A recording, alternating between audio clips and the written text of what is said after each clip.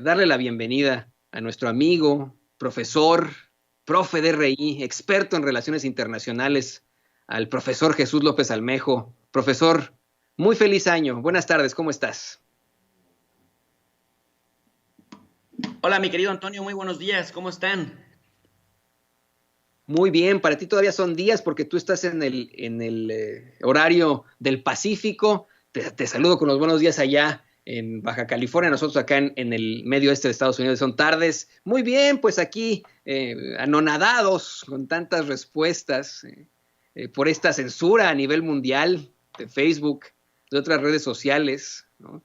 Y bueno, queremos empezar con esa parte, ¿no? Queremos Sí, empezar bueno, con... mira, ¿Cómo? generalmente hablamos de democracia y creemos que la democracia únicamente se circunscribe al hecho de poder votar. Y creemos que democracia es únicamente participación electoral y elegir un gobierno a través de esta práctica. Sin embargo, esto que estás tratando es un tema muy interesante porque además de que las mayorías son las que tienen que elegir al gobierno que nos va a representar a través de este ejercicio de voto, la democracia se extiende también al ejercicio de libertades civiles, como por ejemplo la creencia religiosa. Puedes o no creer en Dios, puedes creer en el Dios que se te venga la gana, puedes también tener derecho, tienes que tener derecho a expresar tus ideas libremente, a estudiar, a trabajar, a tener seguridad laboral, etcétera, etcétera. ¿Qué es lo que nos encontramos en este fenómeno en concreto en lo que está pasando en Estados Unidos? Que la empresa privada, que los corporativos privados, con todo y que los particulares establecen sus reglas, con todo y que en su casa ellos mandan y ellos determinan cuáles son las reglas de juego que valen y cuáles no valen, estamos hablando de que un corporativo privado que tiene miles de millones de personas que utilizan su servicio, que es prácticamente poco más de una sexta parte de toda la humanidad que utilizamos su servicio, eh, pues le hace una principal afrenta de censura, ni más ni menos que al presidente de los Estados Unidos, el país que ha sido la principal potencia del orbe en los últimos 71 años. Y en ese sentido, la pregunta subsiguiente es, si eso lo pueden hacer con el presidente del país más poderoso del mundo en los últimos 70 años, ¿qué nos espera a los ciudadanos de a pie? Y en un segundo momento, mi querido Antonio, ¿cómo va a responder el gobierno? ¿Cómo va a responder el Estado con una ley antimonopolios? ¿Cómo va a responder la sociedad para también tratar no de nulificar, pero por lo menos de equilibrar un poco la fuerza con Facebook, con Instagram, que hacen parte de la misma empresa, o con WhatsApp, dejando de usar sus servicios, boicoteando, saboteando, porque recordemos, y esto lo decía ayer en un tweet, Edward Snowden, el funcionario o exfuncionario de la Agencia de Seguridad Nacional que se fue a Rusia después de que filtró información a Wikileaks. Edward Snowden, famosísimo por este vuelo que hace de Hong Kong a Rusia y en Rusia solicita residencia y Vladimir Putin se la otorga para protegerlo de ir a la cárcel y recibir pena de muerte en Estados Unidos. Suerte con la que no corrió Julian Assange, que lo alcanzaron a atrapar ahí en Gran Bretaña. Bueno, dice, esto que está haciendo Facebook, de tratar de convertirse en la policía del pensamiento y determinar qué es peligroso en temas informativos y qué no es peligroso, pues es un un yugo peligro. Primero porque a Facebook se le olvida que ellos filtraban información, datos personales, violando códigos de ética, violando códigos de secrecía de sus usuarios a las agencias de espionaje de Estados Unidos.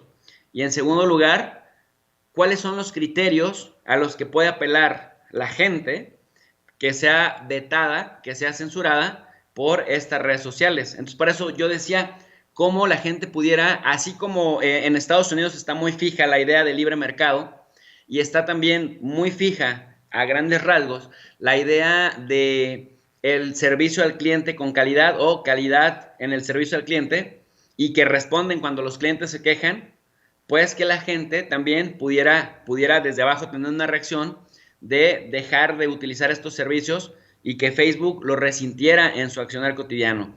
Desde los estados, Toño, y con esto me gustaría cerrar esa idea, desde los estados hay como 2 o 3 modelos de trabajo para que Facebook entre de alguna manera en cintura o para equilibrar fuerzas. Uno es el modelo chino. ¿Qué hace el modelo chino? Simple y sencillamente te dice, no entras a China. Hazle como quieras, no entras a China. ¿Cuáles son, digamos, la navegación que ha hecho que los chinos se puedan comunicar a la occidental, pero con un modelo estrictamente chino? Bueno, pues ahí tenemos a WeChat, que ha sobrepasado las fronteras del país asiático y que se ha convertido en la competencia directa de Facebook a través de superar por mucho a lo que hace WhatsApp, por ejemplo, y que ahora WeChat pues es banco, es agenda, es calendario, es calculadora. Prácticamente WeChat se ha convertido en una herramienta para pagos interbancarios, para noticias, etcétera, etcétera. Y la segunda, ¿no? El eliminar buscadores occidentales que intentan espiar a los gobiernos desde adentro.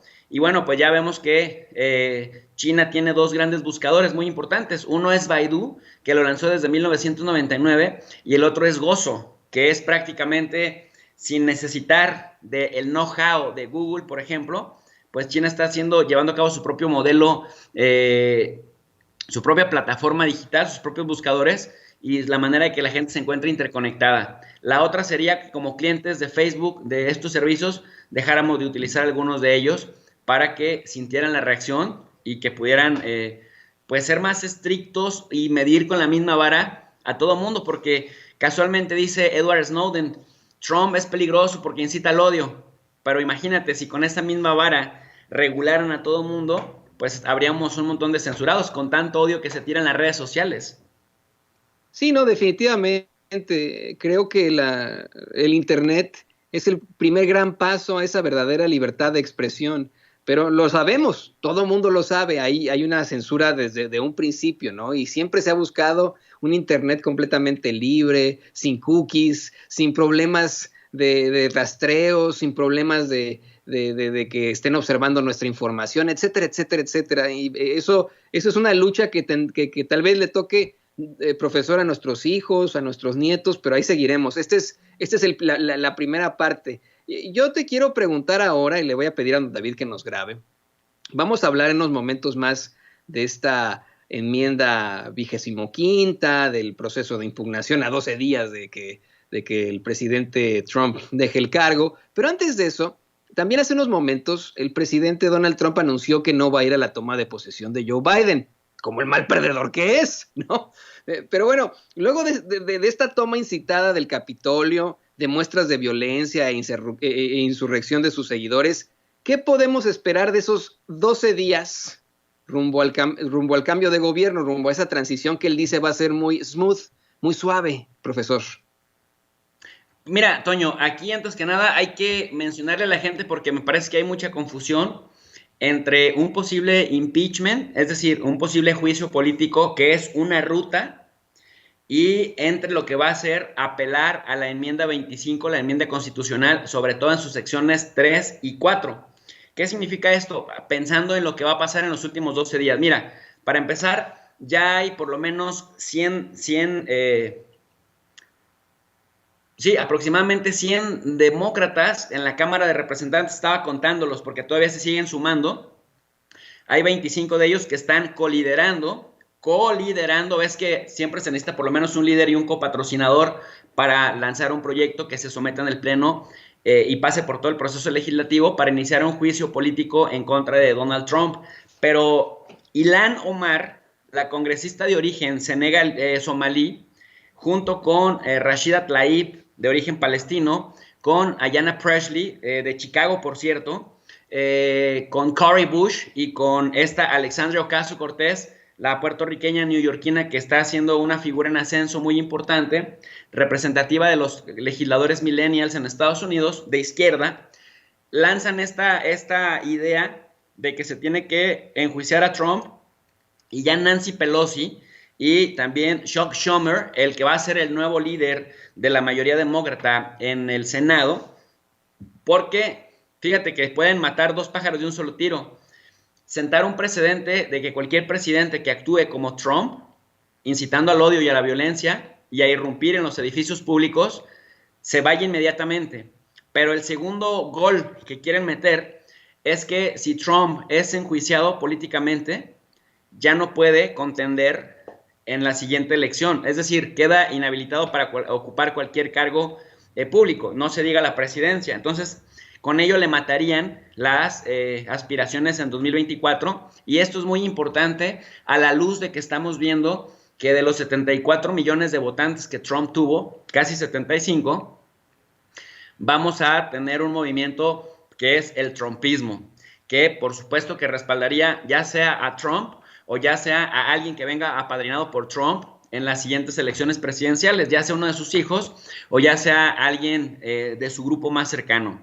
En segundo lugar, mi querido Antonio, me dices, ¿qué pasa a 12 días? Bueno, también Joaquín Castro, representante demócrata por Texas, de origen mexicano, nieto de unos migrantes mexicanos ahí de Coahuila, también están proponiendo un proyecto de ley para evitar que cualquier edificio público lleve el nombre de Donald Trump, y hay la mitad de republicanos en la Cámara de Representantes que están apoyando esta moción, y por lo menos 18 senadores republicanos, incluido también Mitch McConnell, el que todavía es líder de la mayoría republicana en el Senado, pero que ya va a ser líder de la minoría republicana del 20 de enero en adelante. Entonces, eso por un lado.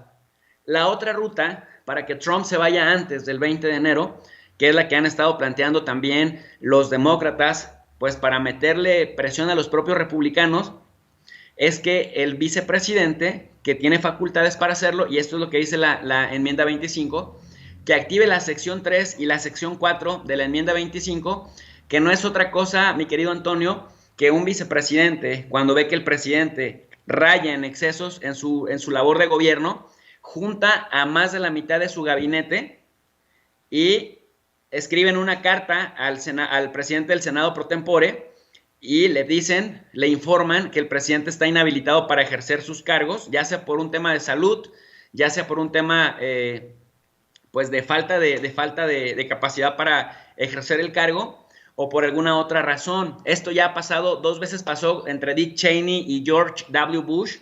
Recordemos que Bush se sometió a 2 cirugías, tanto en su primer mandato como en su segundo mandato, y por un día dejó de ser presidente para atender su cirugía. Como perdía la conciencia, entonces Dick Cheney adquirió las funciones de presidente por un día, tanto en 2002 como en 2006. Luego también sucedió, después de que falleció o que asesinaron en 1963 a John F. Kennedy, y entonces Estados Unidos se quedó en shock porque no había legislado nada en torno a qué pasaría si de pronto el presidente está inhabilitado por alguna razón, ya sea porque él mismo renuncia por su propia voluntad. Bueno, entonces se apela a la enmienda 25 en secciones 3 y 4, y si el Senado lo acepta, entonces se cuenta que les da 48 horas para que el vicepresidente asuma las funciones de gobierno como presidente. Pero si el presidente en turno dice, oigan, yo sí estoy habilitado y quiero seguir en mi cargo, entonces el vicepresidente y el 50% más 1 de los miembros de su gabinete le tienen que volver a escribir tanto al Speaker of the House como en la Cámara de Representantes como al Senado, para decirle, definitivamente el presidente no está cabal en sus facultades. Y entonces ahora sí, en la Cámara de Representantes hay una votación para que definitivamente lo despidan, lo corran. Eso no sería impeachment, eso sería más bien activar la enmienda 25. Entonces, estas son estas 2 rutas. Las 2 rutas, querido Antonio, se están considerando, pero está tomando más fuerza la del impeachment, porque lo quieren deshabilitar para el 2024. Y además, otra cosa importante, que a diferencia del impeachment de hace un año, este tiene más posibilidades porque, decía yo, hay por lo menos casi una veintena de senadores que ahora sí están muy molestos con Trump y que además tienen miedo a perder el capital político del Partido Republicano, que no está de acuerdo con las acciones de Donald Trump. Es decir, de estos republicanos nacionalistas que pues se avergüenzan del discurso de Trump intentando sabotear la certificación de los resultados. Pero como Mike Pence, gente cercana al vicepresidente Pence, dijo que que el vicepresidente no estaba considerando activar la enmienda 25, entonces por eso se activó la del juicio político, y por eso es que está moviéndose para que por lo menos a la mitad de la semana que sigue se vote en la Cámara de Representantes casi en fast track y después se lleve al Senado para que en el Senado 67 de 100 senadores puedan apoyar el despedirlo. A mí me parece, Toño, que Trump está medio curándose en salud al advertir de manera anticipada, como lo hizo hoy a través de su cuenta oficial, que no va a ir porque probablemente ni siquiera lo dejen llegar hasta ese día. Exactamente. Y otra cosa ahí muy interesante, le voy a pedir a don David que nos siga grabando, no le vaya a cortar don David, en cuanto a esto es, pues sus funcionarios le están renunciando, sus miembros de gabinete le están renunciando. Bill Barr, fiscal general, aseguró que tuvo una idea traicionera incluso, ¿no? Al hacer un llamado a este asalto al Capitolio. Y es un un William Barr que ha sido muy cercano a él, muy leal, mucho más leal que el anterior. Y también tenemos una Betsy DeVos, ¿no? Ahora exsecretaria de Educación, que anoche renuncia. Si te soy perfectamente honesto, profesor Jesús López Almejo, me pareció mera hipocresía nazi. Lo mismo pasó a momentos antes de que terminara el nacionalsocialismo y el gobierno alemán, antes de que tomaran Berlín los rusos. Lo mismo pasó con muchos funcionarios del gabinete de Adolf Hitler, y ahora salen con que vamos a renunciar, con que todo se acaba para Trump. Yo creo que, como tú bien mencionas, el trumpismo apenas comienza, y así lo advirtió en su último mensaje. Mira, definitivamente, si Trump se comporta como se comporta, es justamente por la fuerza política que demostró tener.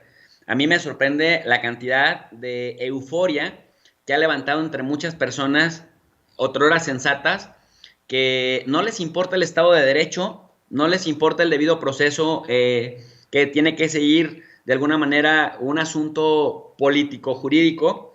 Para ellos lo que Trump diga es ley.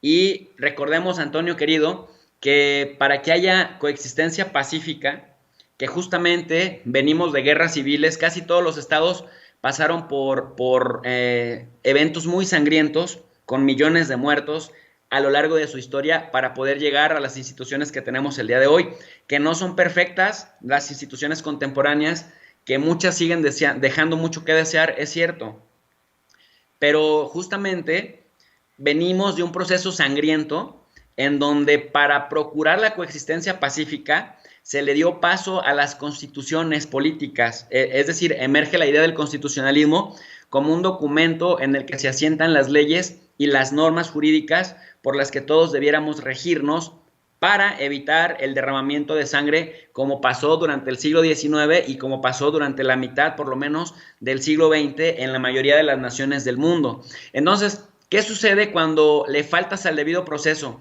¿Qué sucede cuando acusas y no puedes probar? ¿Qué sucede cuando te dedicas a denostar a estas instituciones? Y me refiero en el caso concreto de Trump. Él nombró, Toño, a 3 jueces en el Tribunal Supremo, en la Corte Suprema de Justicia de Estados Unidos. Él nombró a 3 de los 6 conservadores afines a él. Fue circunstancia, pero le tocó, y el Senado con mayoría republicana se los aprobó. Fueron 9 jueces. Los jueces le dijeron, sí, Mr. Trump, usted nos puso aquí, pero nosotros nos debemos a un juramento constitucional y nos debemos aguardar el Estado de Derecho. Bueno, Trump les llamó cobardes. Trump intentó, increíble, o sea, intentó sobornar al secretario de Estado de Georgia para que cambiara el resultado de la elección. O sea, lo escuchamos todos prácticamente.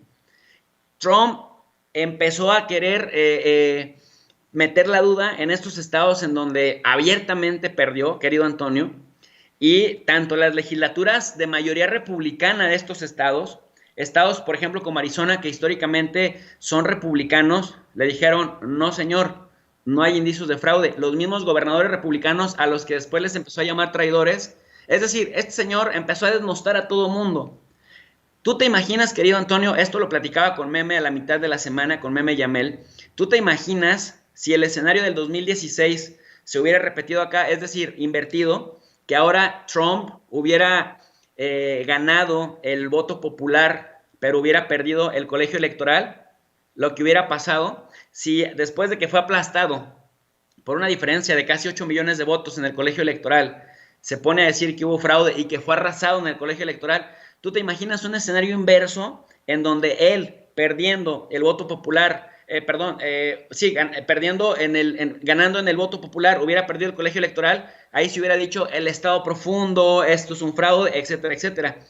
Esto te habla, pues, de que tenemos a un individuo pasional, a un individuo que supo llegarle a la gente que lo sigue a través de una narrativa muy consistente, que en un principio parece ridícula, luego te da risa, luego se vuelve chistosa, pero después se vuelve desagradable, en el sentido en donde ves que la gente le empieza a creer a ciegas y que sobre todo, querido Antonio, la gente piensa que uno como analista político, que hemos revisado cientos de casos parecidos, uno tiene que ser pro algo porque criticamos a Trump y te empiezan a decir eres pro Biden, eres pro demócrata, te pagan los demócratas, etcétera, etcétera. Bueno, y nosotros, bueno, ni estadounidenses somos, ni votamos en Estados Unidos, pero nos debemos hacer análisis lo más objetivo posible.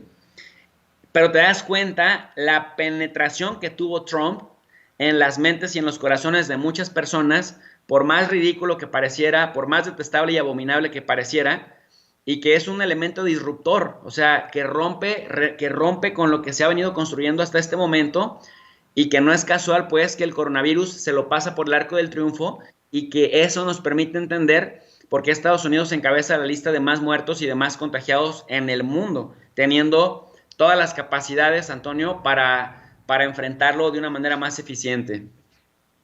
Por eso es que yo, profesor, a mí me parece absolutamente ridículo escuchar a mexicanos defender a Donald Trump, criticarnos a nosotros por mostrar lo obvio. Esto es hasta neurótico, ¿no? El personaje que es el presidente Donald Trump, lo que ha hecho. Y esto, considero, solamente abona al discurso de los conservadores, de los adversarios de López Obrador, a decir, mire, son muy parecidos.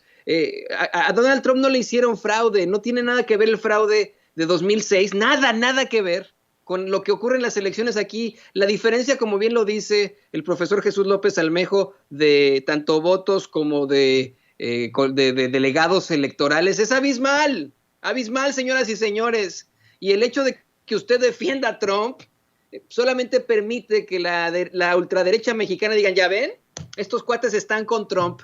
Y el presidente Donald Trump está con el presidente López Obrador. Pues no es así. Y le voy a pedir, profesor, a don David que nos grabe, porque esos mismos ridículos e ignorantes que constantemente quieren relacionar a Donald Trump con el presidente López Obrador, que hacen los comparativos constantes y etcétera, desde los medios tradicionales, que es lo peor, están cuestionando que el presidente López Obrador no haya sido invitado a la toma de posesión de Joe Biden, sin conocer que ningún jefe de Estado está invitado. Yo te leí a ti, profesor, en redes sociales recientemente, en Twitter, diciendo, bueno, es que es una verdadera tontería el que le cuestionen esto, esos impresentables, porque no están invitados los jefes de Estado, solamente son los embajadores y de vez en cuando va uno que otro jefe de Estado, ¿no es así? Sí, definitivamente, así es.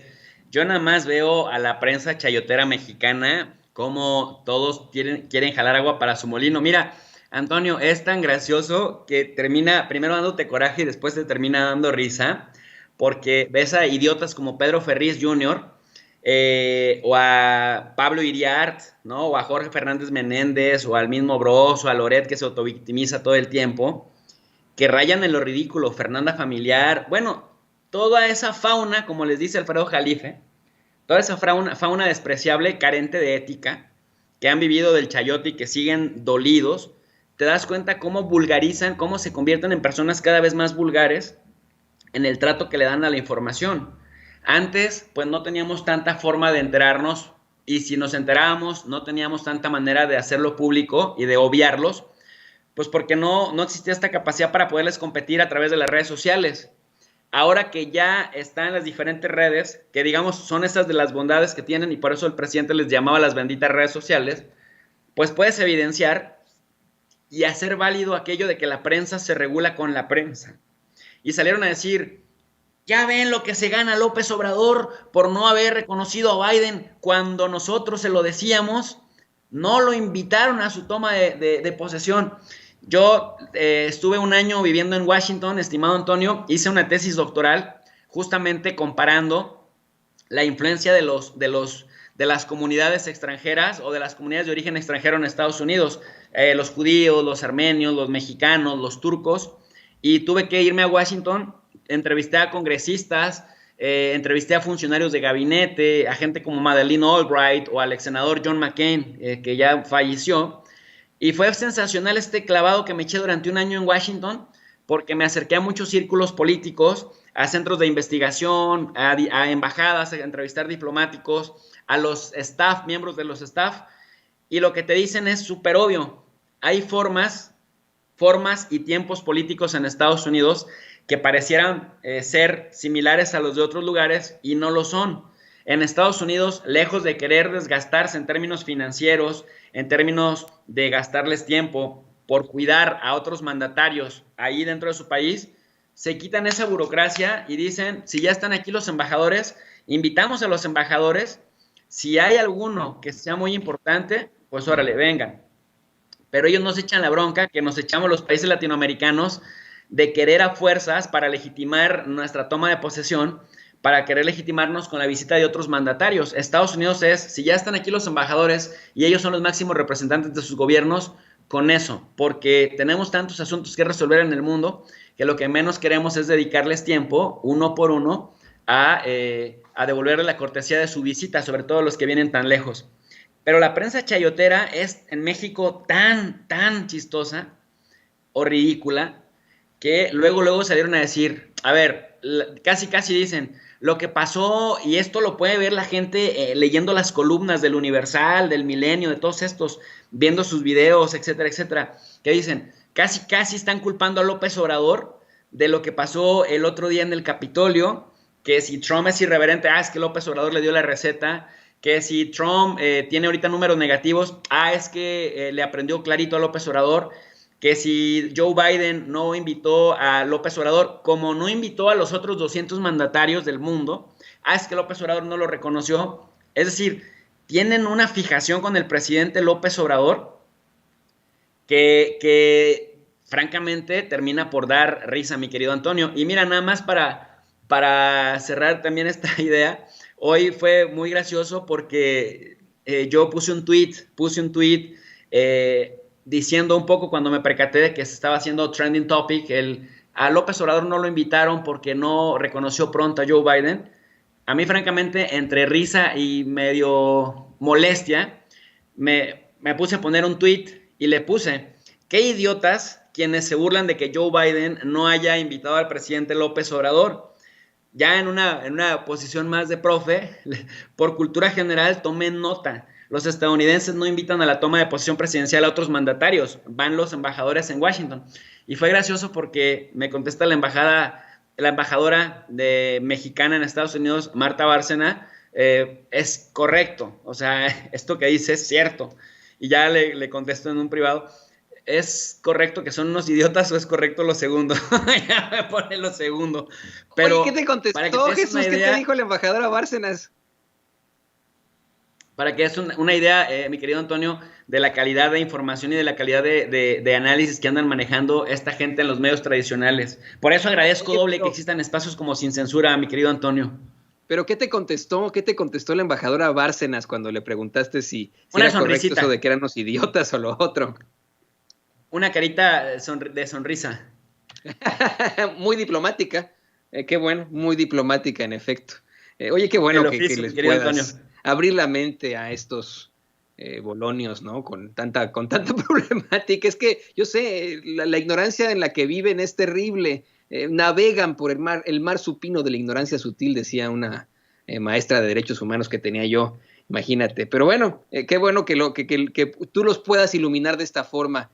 Profesor, se nos acaba el tiempo, ya sabes que el tiempo y los humanos somos sus esclavos, desafortunadamente. ¿Qué te parece que nos cuentas, nos platicas sobre los proyectos que hay ahora en tu canal, tu profe de RI? ¿Qué vas a estar haciendo este fin de semana? ¿Qué planeas para el fin de año, para este nuevo año? Y también nos compartes tus redes sociales para que la gente te busque en todas partes.